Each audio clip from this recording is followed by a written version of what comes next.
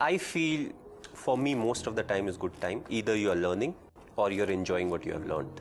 So it's not the ups and the downs. You lose some, you win some. When you win, you celebrate. When you lose, you learn. You have to be honest in life. You have to be honest to yourself. You have to be practical.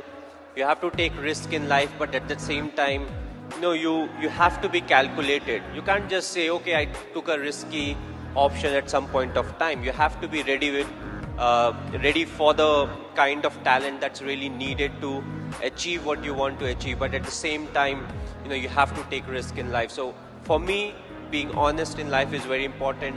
Hard work that you have to put, irrespective of what your profession is. The hard work, the honesty, respecting the elders, which I feel is the key. If you don't respect the elders, be it your parents or be it anyone, it becomes very difficult to be successful in life. Being humble, try to be, when you enter, let's say, any big building, right from the first man you meet to maybe the managing director, you have to be the same to each and everyone. So that's what life is all about. Go through the difficult periods, fight it out, but if you can do it with a smile, that you'll become part of maybe the 5% persons, who can actually do it. Because at times we crib about life, about the tough period, but it's a tough period that actually make you a better human being. Very simple. Don't think about the result. It's the result that puts pressure on us. What if this happens? What if we don't win the game? What if we don't get selected? But again, worry about the controllables, and whatever the controllables are, we take care of it, we'll get the desired result. If we don't get the desired result, we'll improve. We'll change our plans, we'll execute better, and we'll get a chance to prove ourselves again.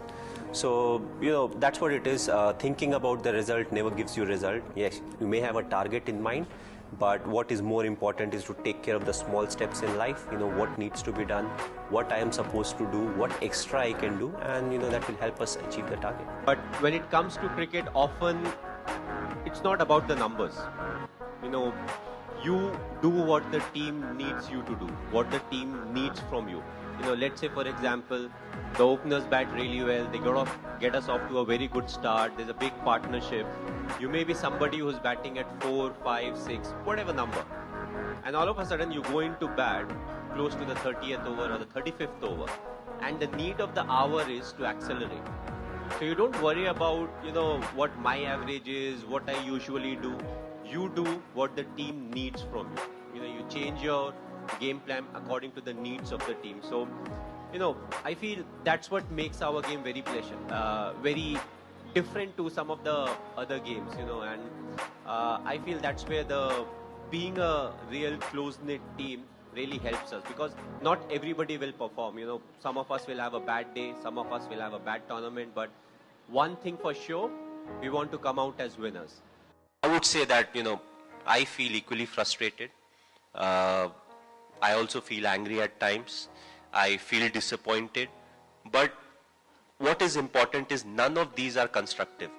What needs to be done right now is more important than any of these emotions. So when I get into the thinking of what needs to be done, abhi mujhe kya karna hai, what is the next thing that I can plan, who is the individual I can use. And once I get into it, I'm controlling my emotions in a much better way. So I would say I'm like everyone else. It's just that I control my emotions slightly better than some of the other individuals, because I feel, human beings have a lot of emotions, and especially us Indians, we thrive on emotions. So, it will be wrong to say that, these are something that doesn't come to my mind. Yes, I also face each and everything, but I always felt that my emotions should be under my control. And if I'm able to do that, then my thinking will be more constructive. When I had children,